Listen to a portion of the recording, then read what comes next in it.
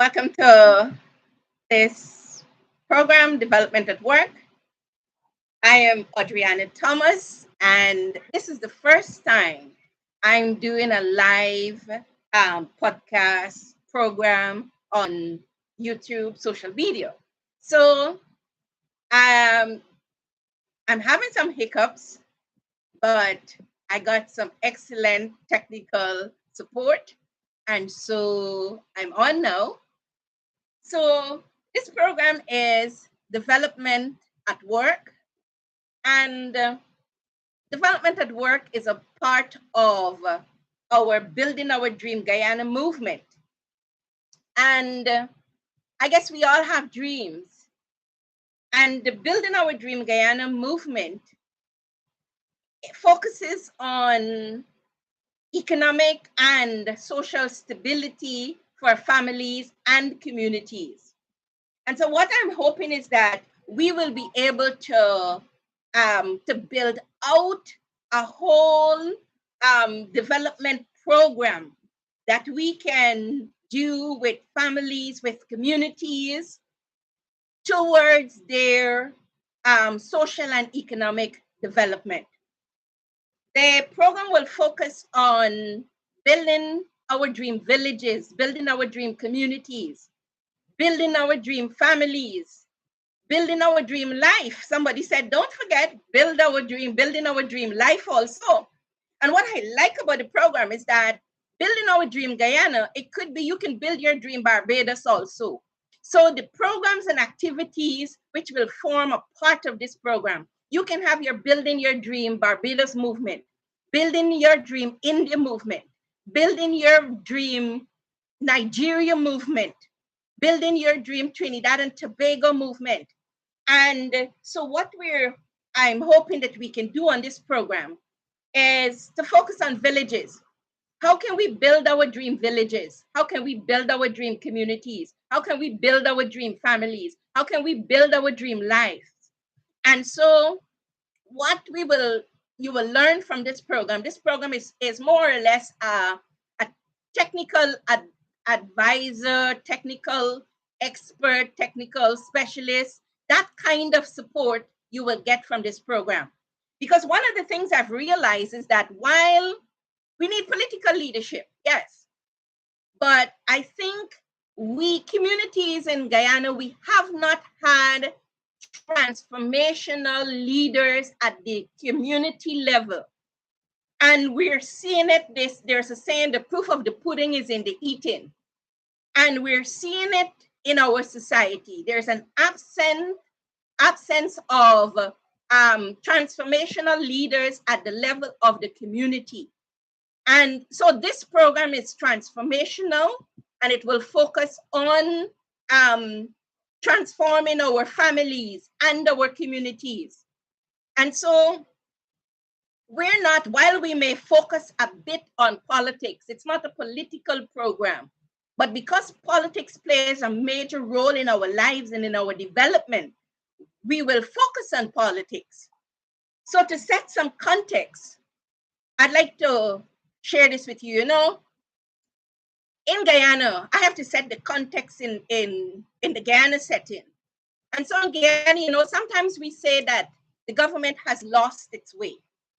But is it really that the government has lost its way? Because to say that the government has lost its way, there is an assumption that the government knew the direction that it wanted to go in. And that is in a broad and holistic sense.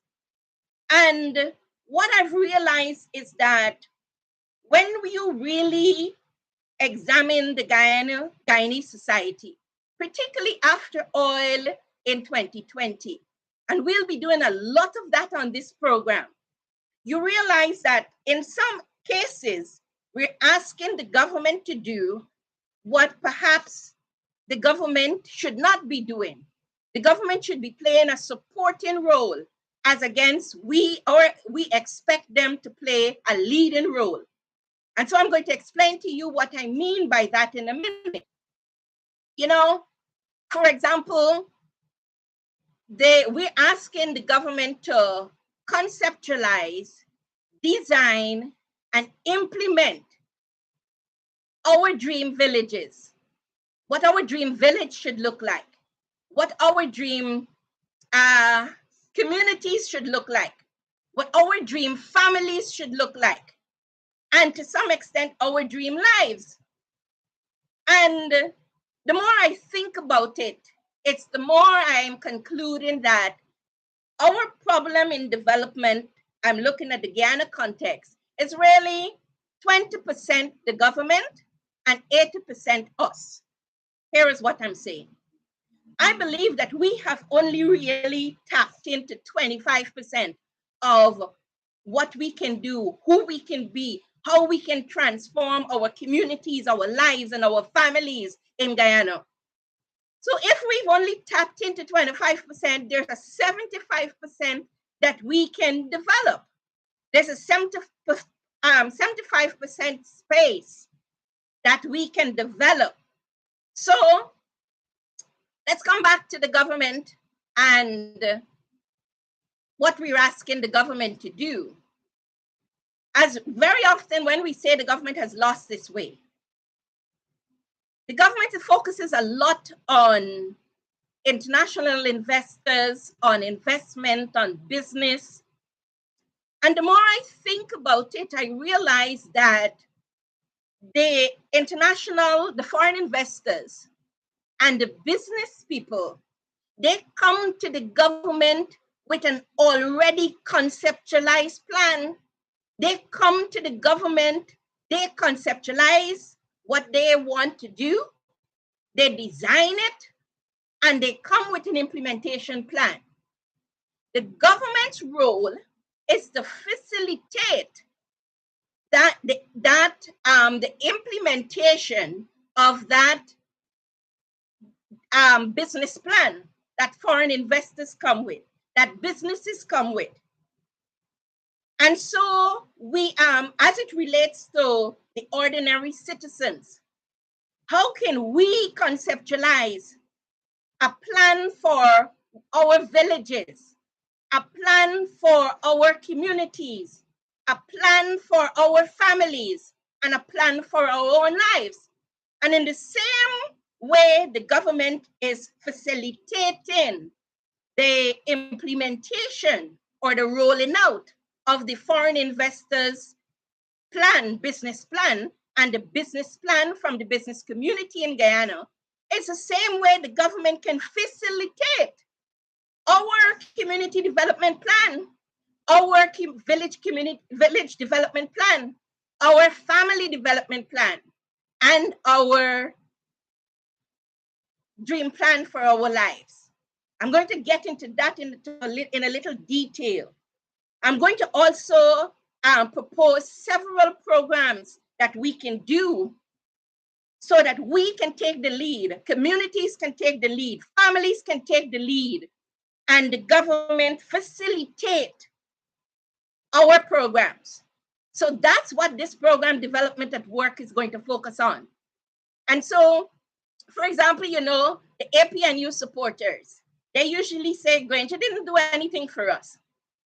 And very often the response to our African Guyanese would say, Granger didn't do anything for us. This is President David Granger when he was in government, from when his administration was in government from 2015 to 2020.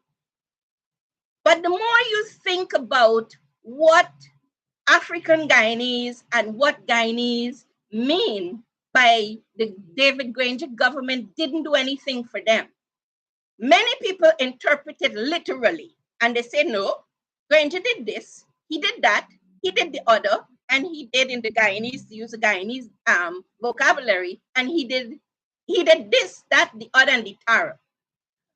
However, I think what African Guyanese and what Guyanese mean when they say that the David Granger administration didn't do anything for them, they really mean that he did not conceptualize a different future for them, a different reality for them. He did not conceptualize, he and his administration did not conceptualize and design a different reality for African Guyanese. So what happened in 2020, and that was the expectation that they had, that okay, after 23 years, the government changed and the David Granger administration went in. And I think what African Guyanese expected was for the David Granger administration to conceptualize and design a new reality for them, a new economic and social reality for them. And I think that's what they mean when they say the Granger administration didn't do anything for them. They don't mean it literally. And so what we're going to try to do on this program is to help you to reimagine your future in Guyana. It's to help you to reconceptualize a different reality for you in Guyana. And so we're focusing on social and economic stability. And so by doing that, we're going to, our focus is, come 2030, we would like individuals who will be working with us on this program, families, communities, to have economic and financial stability so that it doesn't matter which government gets into power come 2030. You as an individual must not be economically devastated. Your families must not be economically devastated, and your communities must not be economically devastated. So what we're hoping to do as we reconceptualize our lives and as we reconceptualize our communities and our families, we're going to share with you, I'm going to share with you some things and some programs that we can do to build our own economic and financial and social independence. And so when we, for example, and so come 2030, it doesn't matter, like I said, which party wins the election. We must not be sitting down waiting for our party to win to get a job. Because what we will do from now to 2030 is to build out a bottom-up development and a bottom-up consciousness and a bottom-up community or communities, development from the bottom coming up. And we're hoping that your plans and your dreams and your programs can then feed into the regional development programs. They can feed into the national development programs. So when whichever party is coming around to develop their manifesto, your community development plans, your dream plans that you have for your communities, for your villages, for your families, must feed into that regional development plan. And it must feed into the national development plan. Because very often when the finance minister says that they've achieved everything that's in their manifesto, many of us have not benefited from that. The focus or the development program in one government or the other government's manifesto. So here is where we're going to now develop in Guyana, and you can do it in other countries also, a bottom-up development program. What do I mean by that? A bottom-up development program. So we're going to focus on building our dream communities, building our dream villages, building our dream villages, building our dream communities, building our dream families. And how are we going to do that? You're probably asking, okay, so how can you do that without government? But remember, we're not doing it without government. We're doing it, the communities must take the lead. Families must take the lead, because this is realizing our dreams. And as individuals, we will take the lead. So what we're proposing, for example, we're going to have, the program will be done in 4 segments. One segment will focus on environment and community development. Another aspect will focus on land and legal matters. Another component will focus on family and financial matters. Another component will focus on I'm hoping that we can actually go into communities and we can do programs in communities. We can do programs with families. So how are we going to do that? So we will do that by, we hope to work with communities, families, and religious organizations. And the focus is really shared prosperity. Instead of us having one millionaire in Guyana, we can have 100,000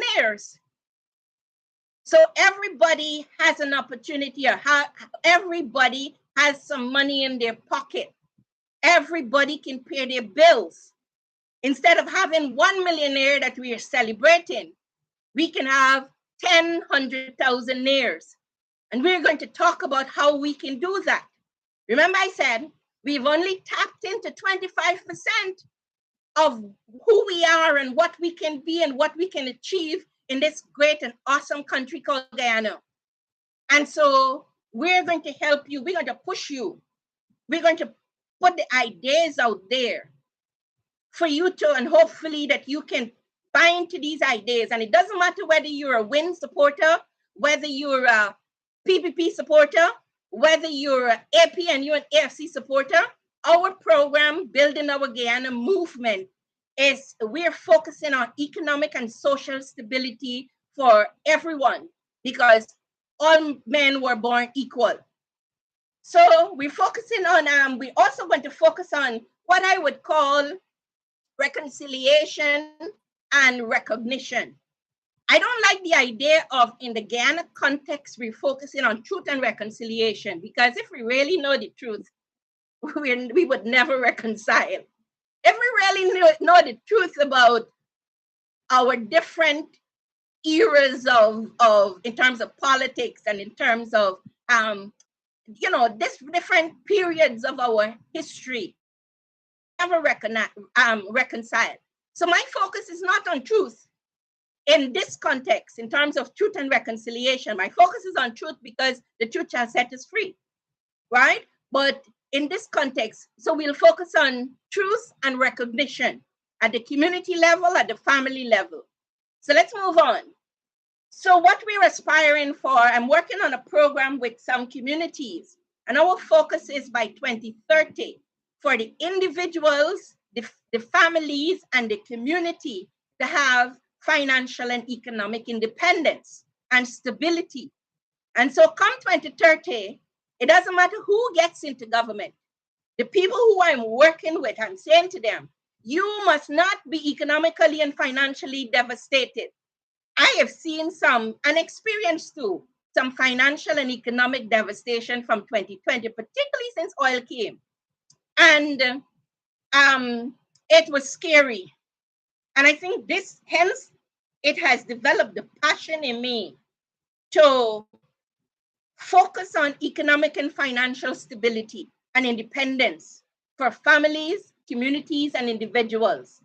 So one of the things that we're going to be doing is, and we're going to be developing an environmental industry in Guyana.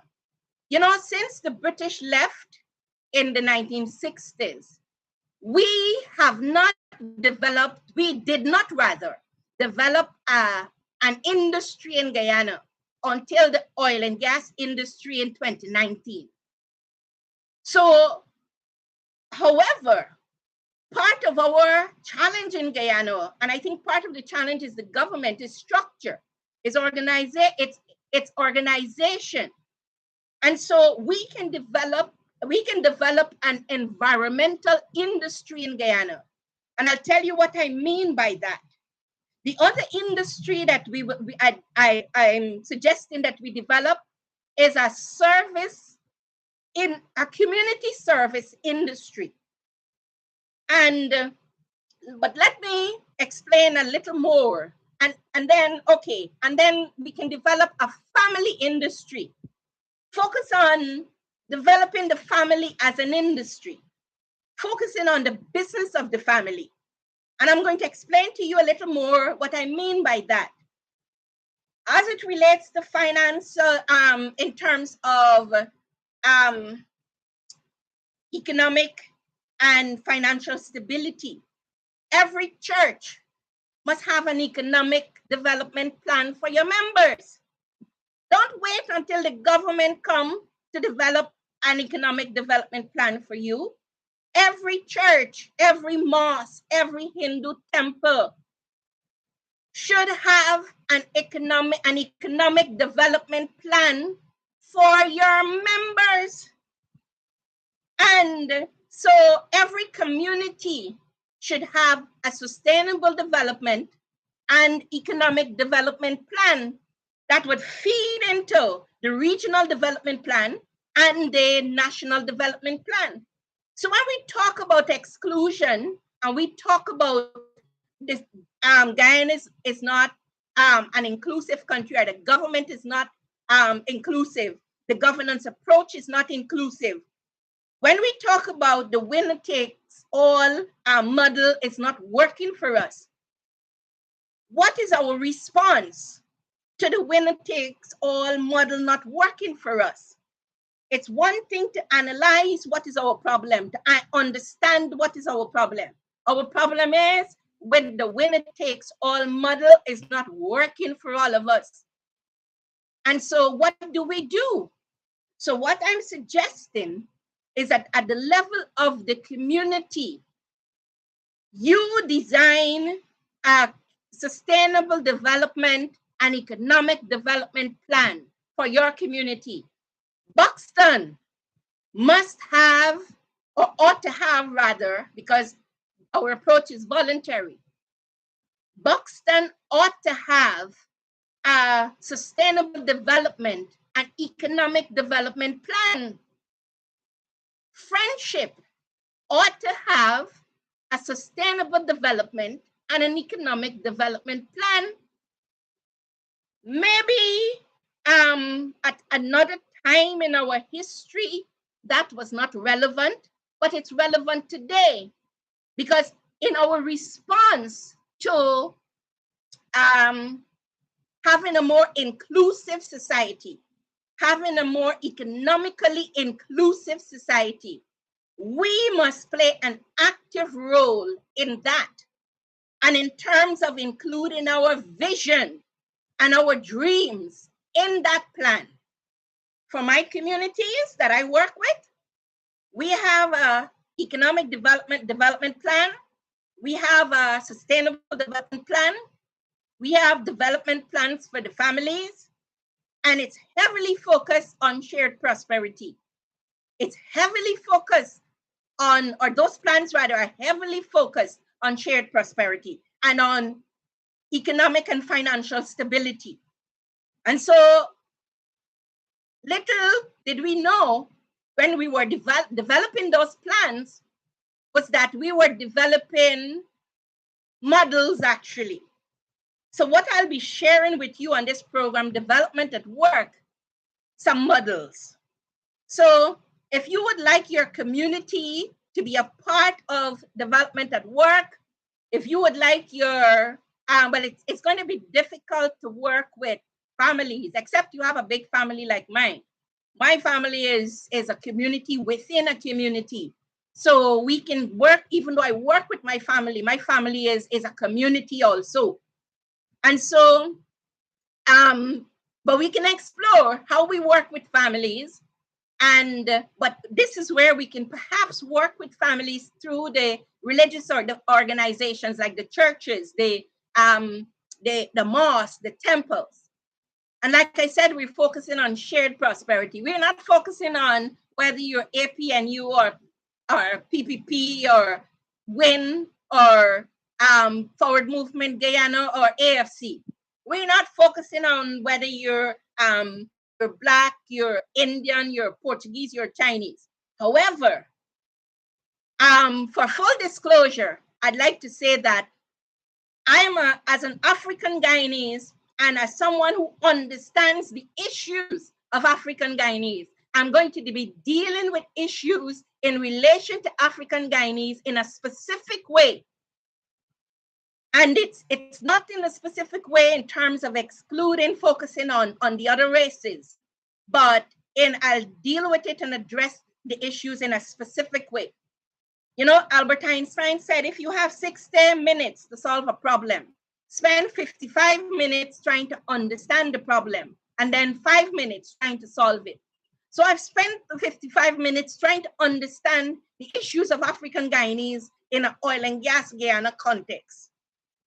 And I'll be suggesting some ideas, some solutions specific to African Guyanese. For example, with land, right? Because African Guyanese history with land predates East Indian Guyanese history with land, Portuguese Guyanese, Chinese Guyanese. So there are some realities as it relates to African Guyanese and land, right? Or some issues, some matters, which I'm going to be dealing with. I spent a lot of time dealing with land matters and legal matters. As a matter of fact, I'm trying to do my PhD in law, and my research will focus on land law and policy. So while I've spent a lot of time on land matters and land issues, I do not have the authority. I don't have the, I don't work with a government agency, or I am, so doing the PhD will give me the certification to be able to get some additional credibility to specifically deal with land matters, African Guyanese land matters, and policy in Guyana. And I'll be talking some more about that, and land matters generally. But specifically, I'm looking at land as a pathway, or land as a pathway from poverty to prosperity.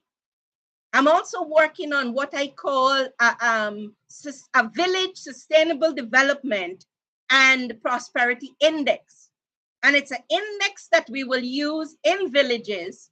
We can use it by conducting, it's a tool, conducting surveys with villagers in terms of maybe over a period of 5 years. Maybe every year we do an assessment, or every 2 years we do an assessment with them.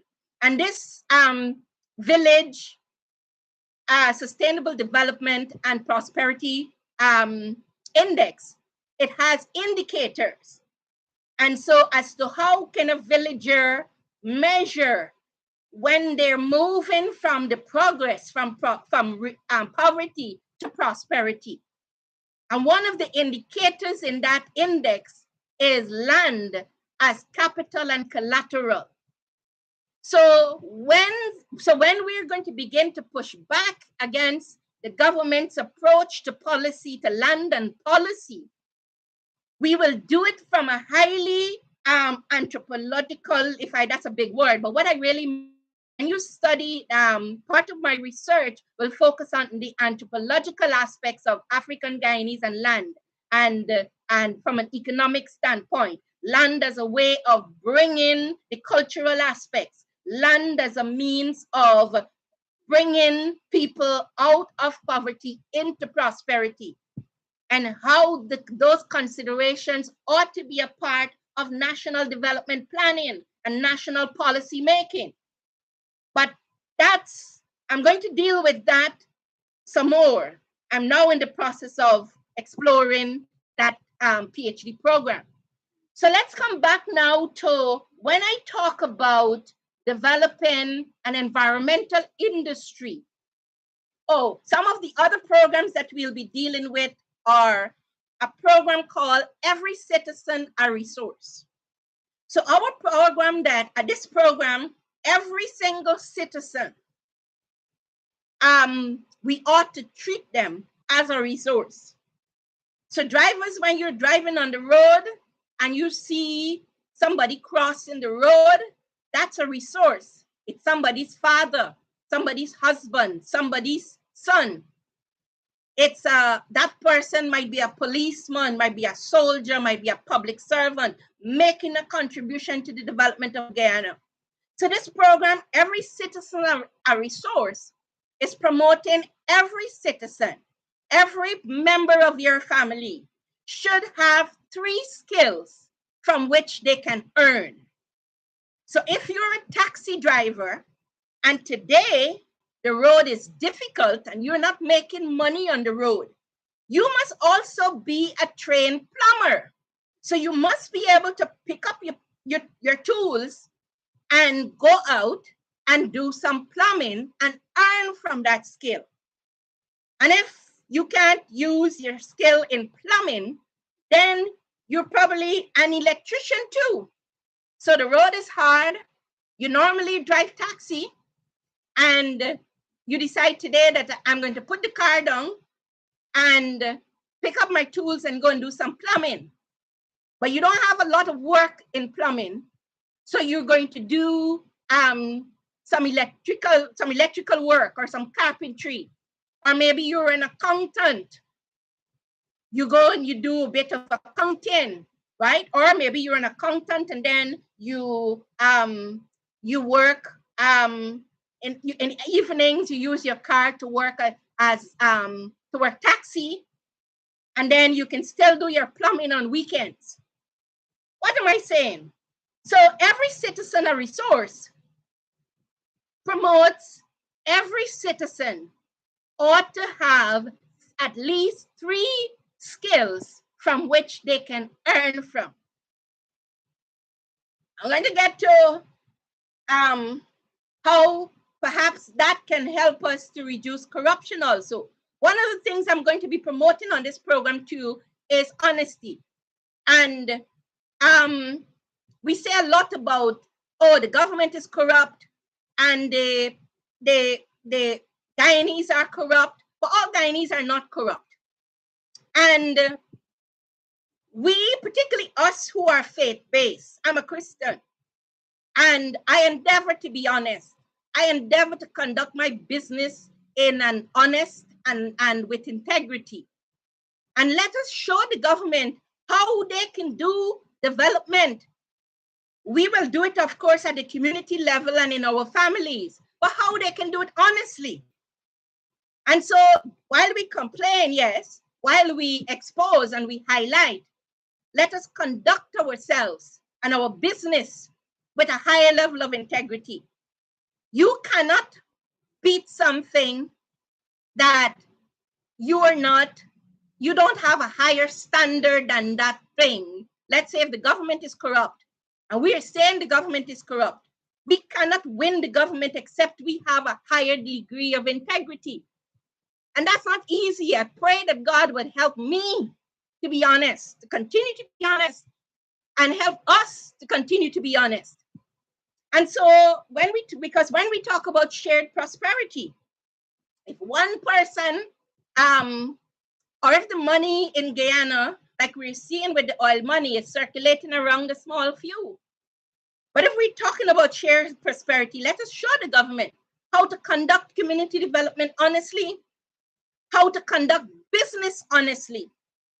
And let us show up every day with our best self and force the president to show, President Ali, to show up also with his best self.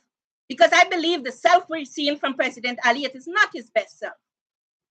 And so we need to demand by showing him, exposing, yes, but showing President Ali that he has a better self. He has a best self. And we want him to show up with his best self. We want the vice president to show up with his best self. You know, I heard the vice president said the other day, I have to tell you this. He was speaking to a group of people and he said that, I don't want to keep you too long because I love you. And I was like, whoa, vice president telling people in public that he loved them. I was like, to God be the praise. Anyway, the Bible says the heart of the king is in the hand of God, and he can turn it whichever way he chooses. So, but back to our program, the focus. So what we're doing on this program, my faith is going to come through. And so let us demand from our government a higher level of operation. Because for some of us, it doesn't matter what happens. We're not going to get corrupt. we're not going to be dishonest. And I find it frustrating that a friend of mine once said that honesty is the best policy, but dishonesty is the way to prosperity. And it's very frustrating when you're trying to do what is right and you seem to be the ones who are trying to do what is right are the ones who are not progressing as they should. And indeed, in the current Guyanese setting, particularly after oil, it seems like dishonesty is the way to prosperity. My prayer is that God would help us to have a society where we may never get rid of corruption, but with less corruption, where we can look at President Ali and say that, look how God has transformed this man's approach to governance. And we can look at the vice president and say that, look how God has transformed his approach to governance. So let's get back to some of the programs that we'll be doing. So the other thing that we will do, the other program, so we have every citizen a resource. So church, pastors, imams, pundits, you need to be having economic development sessions. Preach about God, preach about the Prophet Muhammad and Allah, preach about Lord Ram and Shiva, preach about them. But also, you need to be talking economic development with your members. And so, every member of your church, your mosque, your temple, talk to them about what skills do you have that you can earn from. I'm a plumber. I'm a trainee electrician. You don't have to be certified, but get some training. And I am also a taxi driver. So the other program that we are promoting is establishing family economic development funds. Very often we talk about doing this and doing that, but money answers all things. Money settles all things. They say love makes the world go round, but money gets things done. So we need to also talk about money and where are you going to get the money from to do some of the things that we're talking about. So maybe the banks can advise us. Can we develop family development funds where every month family members put $10,000? I'm speaking in the 10,000 Guyana dollars, which is 50 US dollars. So if you have 5 family members and you put $10,000, that is $50,000 into that fund. And we're going to discuss on this program what are some of the things that you can use that fund for. And I am not banks, I'm not an economist, I'm not an accountant. I call myself a sustainable development and rule of law advisor. I've worked in development for over 2 decades. And so I'm just proposing ideas. Remember I said, we have only really tapped into 25% of what we can do and who we are. So we are trying to explore that 75% of untapped us. So banks, can families develop family development funds? So you have families abroad and they're sending their 50 US every month too to go into that fund. We're going to discuss what that family development fund can do. And then the other thing that we can do is establish community development funds. So we can have, for example, so what we hope to do, you can contact me, call me, send me a message. So we hope to work with communities to develop community sustainable development and economic development plans. So Buxton, for example, I'm saying Buxton a lot, but let me call another village, Friendship on the East Bank. So Agricola, Lusignan, Monrepo.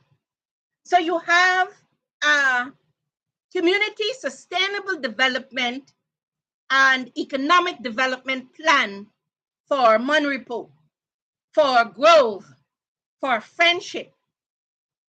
And that plan, we hope to be able to assist communities to develop those plans. Your church, your mosque, your mandirs can have also community community, because you're a church community, or a mosque, or your mosque is a community. It's a your mandir, it's a community. Community sustainable development and economic development plans. And so what we hope to do is to help your community. You don't have to use us because there's so many communities in the country. Other people can buy into these ideas. And so whoever are the technical experts, advisors who are helping you, they will help you to conceptualize a sustainable development and economic plan for Boston, a sustainable development and economic plan for Lusignan, a sustainable development and economic plan for Maka, Arcadia, and for your churches and your mandirs and mosques also. And then that they will develop also, or we will help you to develop an implementation plan. So you have the plan, and then you have an implementation plan, which will have timelines. So if you have a sustainable development and economic development plan for Maka Arcadia, it will have certain elements, certain sections, and then it will have an implementation plan. That implementation plan will have timelines. It will also have a budget. And what we will also help you to do is to develop partnership models. Many people in the diaspora, they would like to contribute to the community where they came from. People from the diaspora, from Maka Arcadia, from Lusignan, from Monrepo, from Buxton, they would like to contribute to the development, but what they want is more structure. What they want is more accountability. They want to know that if they're contributing, every month you do a report, which includes a financial report as to how every cent was spent.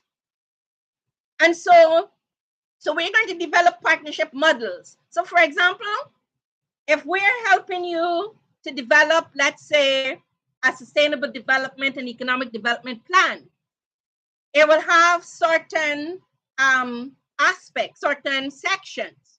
The partnership model, for example, will have the role of the government and the budget, what kind of financial support the government can give to Buxton. Remember, we are reconceptualizing development. And we're not only going to say that the government is not inclusive. We are giving the government an opportunity to facilitate our development and economic plans, just as they're facilitating the business plans from the foreign investors and the local businesses. And so the government is a facilitator. And so we'll give them the opportunity to facilitate our development and us realizing our dream communities, our dream families, our dream lives. So the partnership model will have also the contributions from the diaspora. What can the diaspora contribute to the Buxton Sustainable Development and Economic Development Plan? What can the Arcadia diaspora contribute to the Sustainable Development and Economic Development Plan? What can the diaspora for Monrepo contribute towards the Sustainable Development and Economic Development Plan? So what they can contribute in that plan, they can contribute technical expertise towards the different areas that we've identified.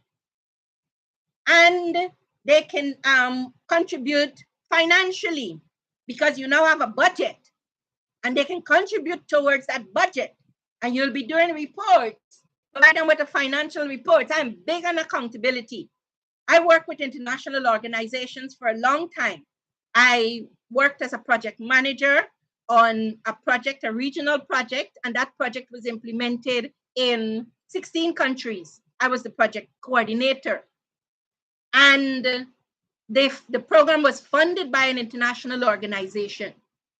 And when you work with international organization, it's amazing the transparency that they have in those organizations. And so I come from that training. In addition to that, my faith is, I'll give you an example for it. My faith is I'm guided also by my faith. Not perfect, far from perfect, but I'm striving to present my best self. And so those are some of the proposals. And then you'll have, for example, the businesses in that partnership model. There are a number of, for example, hardware stores and restaurants being opened up in villages and communities. We're going to include them in that partnership model and what they can contribute. I'm not so much for, people sometimes we want people to do everything for us. No, we have to also contribute towards our own development. And so we're also going to develop a community service industry.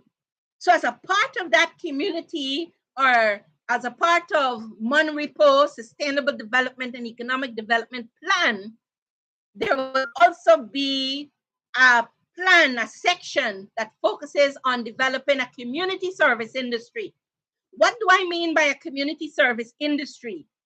When I was growing up in my home, we had about 10 persons, sometimes 11 persons.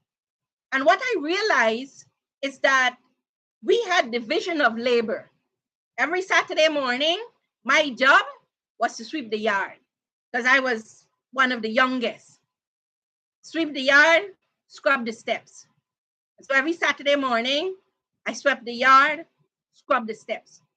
So our yard was always clean, the drains were always well kept, the steps were always scrubbed, and every Sunday afternoon, one person in my family will press all the school clothes for the entire week. So people got up in the mornings to go to school, and you can just put on your school clothes. And then I realized that we really had division of labor. And so now that we have smaller families, our society has not transformed to accommodate those services. Because when you have a big family, that family provides certain, we call it them chores. But really, there were services in the quotation which the family members were providing for the family. For example, cleaning the yard. I didn't have to cook. All I had to do was clean the yard. I was one of the younger siblings. And so I did my chores, scrubbed the steps, and I did my chores. Somebody else cooked. Somebody else pressed the clothes. Somebody else washed the clothes. So, but now that we have smaller families, we complain that the communities are not well kept. And that's because we do not have families. One of the reasons, we have a behavioral problem. I'll come to that too. But the society has not evolved to now provide or to frame the society in a way where the chores, which were done by family members, because we had larger families, are now provided as services to communities. So developing a service industry would be if you have a 1-member family, a 2-member family, or a 3-member family, you can now tap into community services. I'm talking about structure.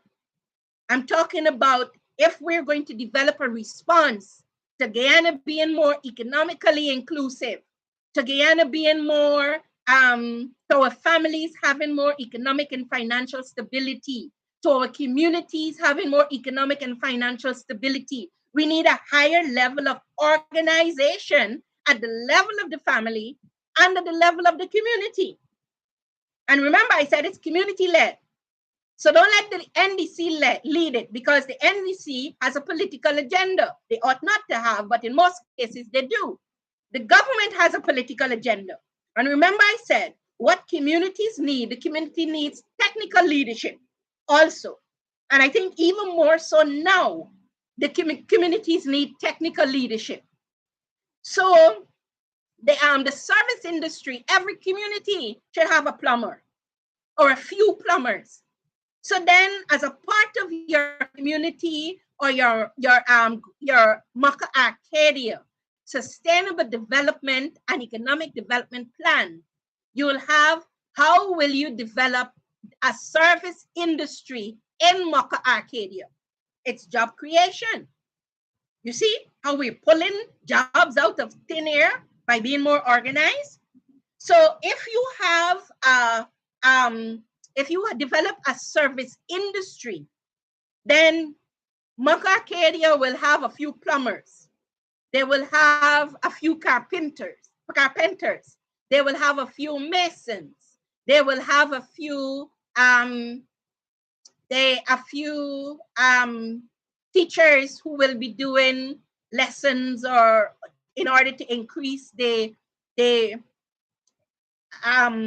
literacy and numeracy levels in communities. And so we can develop a community service industry. So every community could have a service industry, which forms a part of the broader national service industry. I'm talking structure. For us to come out of poverty and achieve a higher level of growth and get even to prosperity, we need structure. We need to be more organized. I say to people, the reason banks, DIH and DDL can report the profits they make and they achieve targets, it's because they are organized. They have organizations. And so what I'm saying is that while we talk about politics and the government is not doing this and the government is not doing that, let's step back a little. Are we organized enough to bring about our own development, the development of our families, our communities, and even ourselves as individuals? Are we organized enough to get out of poverty and to experience a higher level of growth and to experience prosperity? So these are the things that, if you've just joined us, you're looking at development at work. And this is a part of our Building Our Dream Guyana movement. It's a program under our Building Our Dream Guyana movement. And like I said earlier, you can have a Building Our Dream Barbados, Building Our Dream Trinidad and Tobago, Building Our Dream India. And you can use some of these programs, same programs and ideas, because they're not specific to Guyana. And the other program that we'd like to develop is an environmental industry. And the environmental industry is where we can have, for example, programs where we complain that every time the rain falls, now it seems like every time our communities flood. But what can we do? So if we develop an environmental industry as a part of that program, we have every yard must have tools. I see the president, I take issue with the government. I see they're developing, they have engaged a company to develop an app to identify people who are literate, and I guess they're going to take them to court and penalize them. And I thought that it's like putting speed humps on the road. So we have a lot of speed humps, but people are still speeding. We have not addressed the core of the problem. The core of the problem with littering, we have a behavioral problem. And an app to identify people who are littering is more a waste of money than addressing the behavioral problem. So what we would like to promote in terms of developing an environmental industry is every yard must have tools. So if you have a rake and somebody throw the litter in front of your yard, you can rake it up. So you need a rake, you need a spade. And mind you, I'm guilty too. I used to have a rake and I used to have a spade. Well, I still have a rake, but I need to get a spade. And so you can now rake up the garbage, spade it up, and put it in your bin. So every yard must have tools. So under this program, we hope to partner with like National Hardware they sell tools. We have Hampsons on Regent Street, they sell tools, right? Forgive me if I don't call some of the other names, but this is free promotion for those companies. Anyway, and so you get your tools. So instead of having an app to identify people who are littering, we are addressing the behavioral issue, and we're developing a behavioral change program. So we hope to also form partnerships with with businesses. And part of the program, like I said, is every yard must have tools. There's another part of the program where we hope to be visiting communities and see how communities are engaging in their environmental activities. That part is called This Is How We Do It cleanup program, right? We're still sort of working through the names of some of these programs. But the reason This Is How We Do It is to add some fun in it. This is how we do it. And you with your rake and your spade in your community and your children, this is how we do it. This is how those are videos you can post on YouTube, on Facebook, on social media to promote that behavioral change, which is community-led, which is family-led. And the other thing that we're planning to do is that these programs are also going to create employment.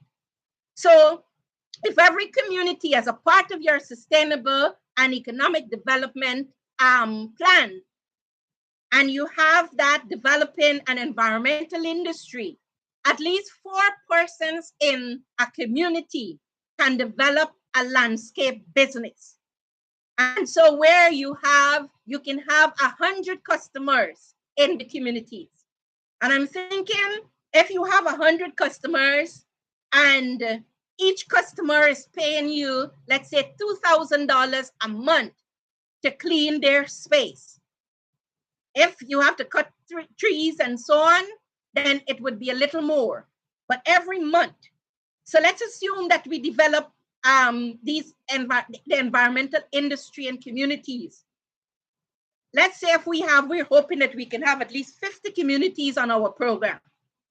50 communities by 4 persons per community.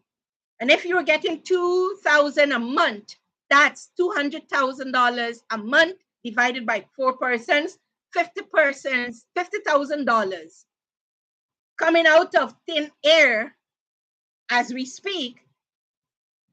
But as we speak and as we organize, I'm not sure if coming out of thin air is the right way to describe it, but you understand what I mean. Huh? Remember, we're not striving for perfection. And so right away, 1, you achieve cleaner communities, at least the streets in the communities where these persons will be working. 2, you create employment for 4 persons in your community. 3, when the rain falls, the water will flow. And 4, this app that the government has developed is not going to identify litter in your community. Behavioral change. So We create, so can you imagine if we get more than 50 communities? I calculated about 1,000 jobs, because if we have, forgive me, I'm not a mathematician. I'm more a words person than a math person or an accountant. And so if you calculate, let's say the 2,000 per 100 customers per community by 50 community, I think you'll get about, I made a note of it somewhere, and you'll get about 200,000. And if you have 4 persons by 50 communities, you get 1,000 persons over the next 6 months that can get new employment. 1,000 jobs will be created. And with all the communities in Guyana, we can get more than 1,000, more than 50 communities. So we achieve different things: clean our communities, create employment, and more structure in the communities. I'm hoping that also companies can come on board with communities.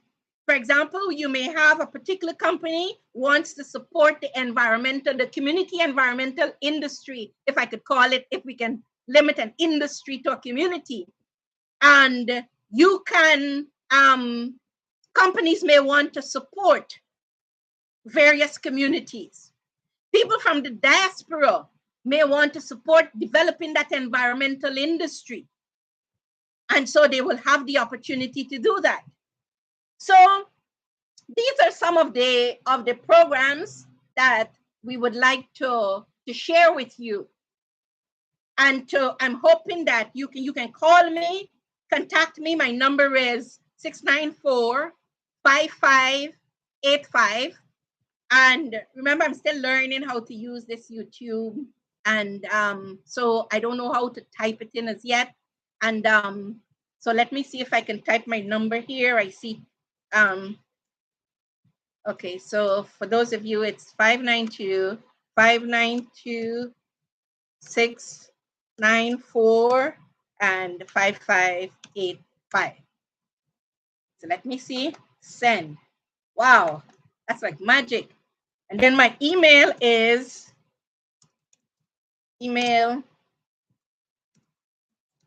tomogy@yahoo.com.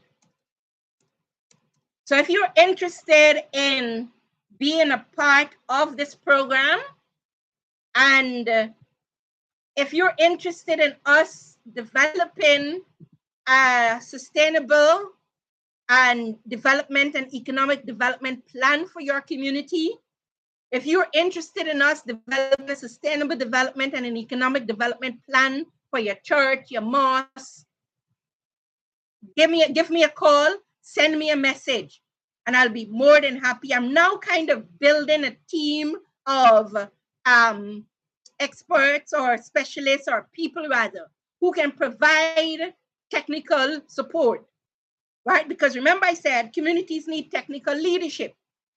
And part of the reason why we're doing this also is because, and this is where I need to say this, I think the government approach, the government's approach to governance is flawed. It's where they have a more approach where it's to dominate, and they focus on dominance. Now, if you have a development approach that focuses on dominance, it means that you have to be in control of the institutions, of communities, of the NDCs, of everything. And so what happens? The government cannot do everything. And one of the reasons why we're seeing so much deficiencies and so much lack of,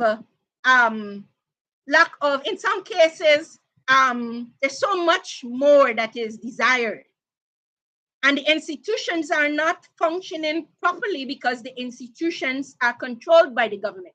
So if the institutions were functioning in a more autonomous way, in a more independent way, then the institutions will be more effective.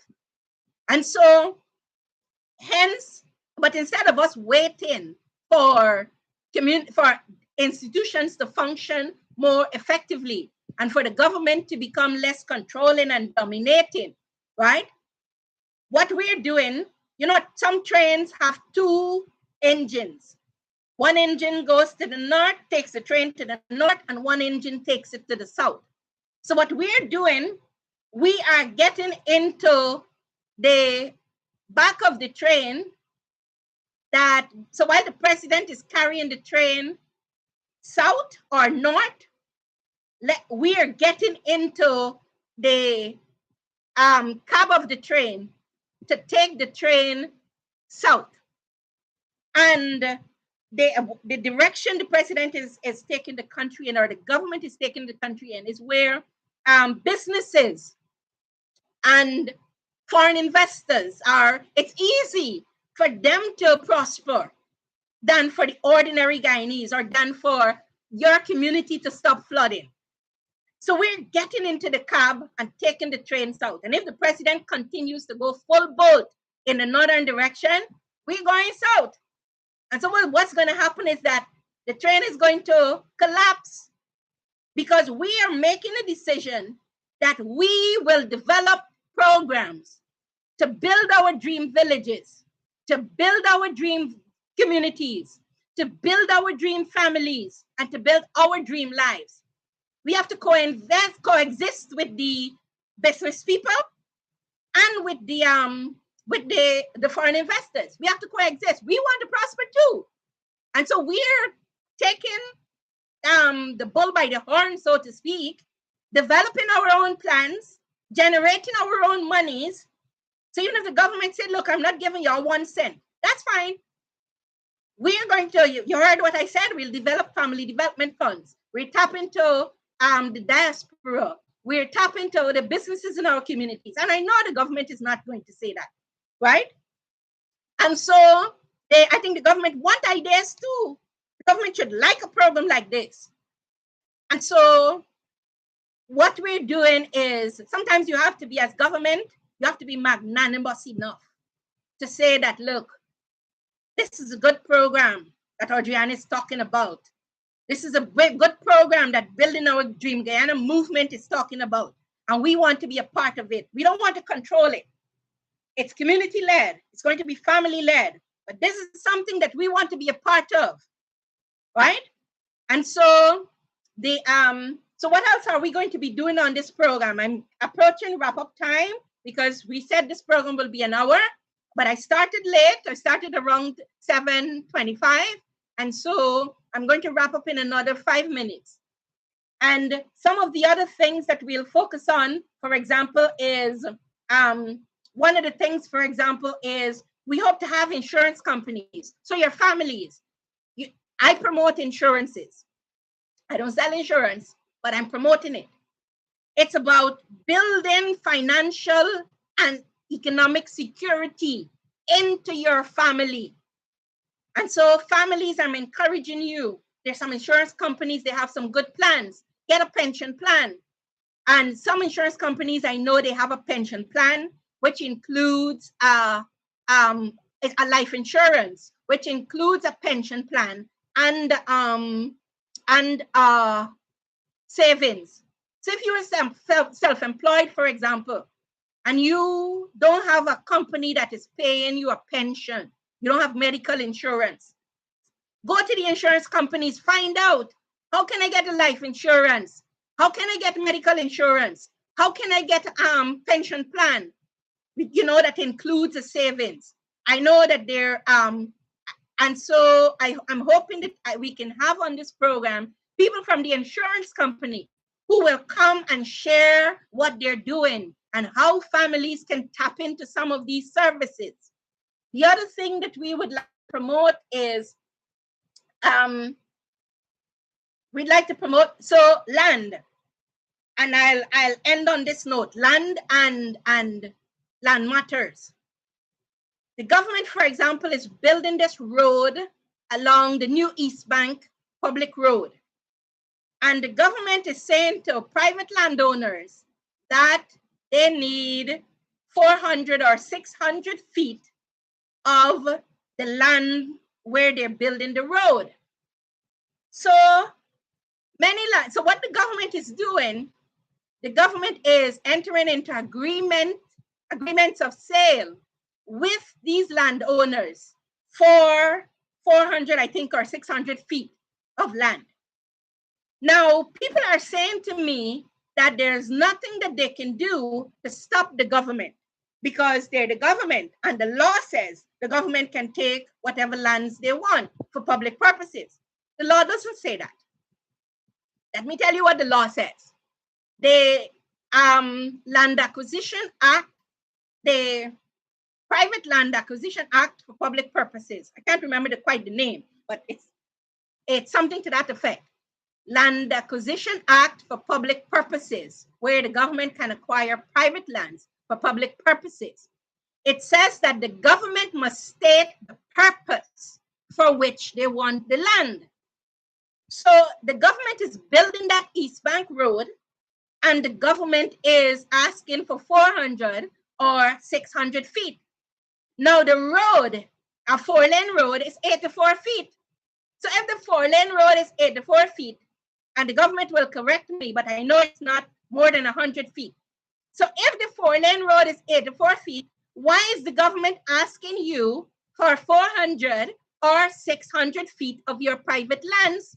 And I'm saying to you, you don't have to give it to the government. There's no authority, there's no law that the government can use to force you to give them 400 or 600 feet of your private lands for that 4-lane East Bank Road. There's no law. The Constitution protects your property, and the government cannot violate the Constitution. There's no law. What the law says is that the government must state the purpose. There's no 4-lane road in Guyana that is 600 or 400 feet wide. So here is what I'm suggesting that you do. What we have done, we wrote the Minister of Housing, and we informed the minister that we're making available to the government 100 feet of our lands for the new East Bank Public Road.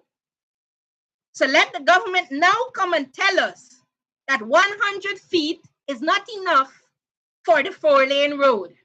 They want 400 feet and 600 feet.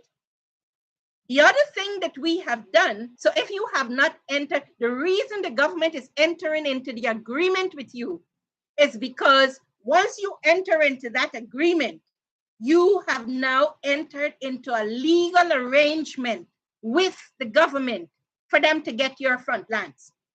Now that is your front lands. So what I'm doing is in my research, remember I told you that I'm working doing my PhD in law or jurisprudence, and my research will focus on land and policy, or land and social policy.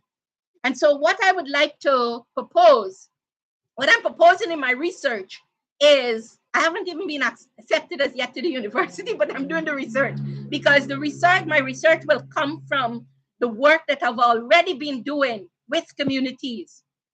And so with my family as well, because my family, like I said, is a community, and with other communities. So what I'm proposing in my research is that when the government is building these new roads through private lands, it increases the value of your land. And then for the private landowners, that land can then be your capital and your collateral. So you can then lease that land to whoever you want to lease it to. You can sell it also because value increases. But somebody told me that the government said they're asking for the 400 or 600 feet all along. So they give the impression that this is a policy that we have, that we're asking for the 400 and 600 feet right through the new road that they're building on the East Bank. That road goes to the Susac Linden Highway and then to Mary. But there's no legal authority that gives the government the permission to take 400 feet or 600 feet of your land for that road. So when they say to you that that they're doing the same thing going through, ask the government to show you the authority for that, because the Constitution says that your property is protected. And that's why the government is entering into the agreement of sale with you. So what I'm suggesting to you is to maybe go to a lawyer and get the lawyer to write the government a letter stating that you're making available 100 feet of your private lands for the new East Bank Public Road, so that the government cannot say that you're holding at a cost. Mind you, they have to pay you for it. They have to pay you for that 100 feet. So the government cannot then say that you are obstructing development, because no, you're being very proactive. You're saying that I'm making this amount of land 100 feet east to west. For example, my family land, if we give the government 600 to or 400 feet, they will be getting 3,600 feet of our land, because it's going to be 100 feet, 600 feet by 6. So the government in turn will be getting, if they say 400 feet, it will be 400 feet by 6, which is going to be 2,400 feet. But you see, the government knows that we're not thinking these things through in this way. So they come to us and they say, we're doing this right through. But the policy is also, and I'm wrapping up here, it's discriminatory. It is discriminatory and it's prejudicial, because the government with no legal authority is making an assumption that whoever they're going to sell these lands to, whether it be businesses, foreign investors, that they will utilize your private front lands better than you will, that they will use these lands in a more productive way than the landowners. And that policy is prejudicial and it's discriminatory. And once you sign that agreement, you then allow the government to discriminate against you and to be prejudiced. So what we have done, for example, we have, like I said, we wrote the minister, so you can write the minister of housing and inform the minister, get your lawyer or somebody to write the minister, informing the minister that you're making 100 feet east to west of your land available for the East Bank, the new East Bank Public Road. And the government will now have to come and tell you that, no, we want 600 or 400 feet. So somebody said to me that the government can come and say, oh, they want the land for future development. But the government cannot say that they want the land for future development, because the government does not know if they're going to be in government in 2030. And they don't know if the next government is going to want 400 or 600 feet of your front lands.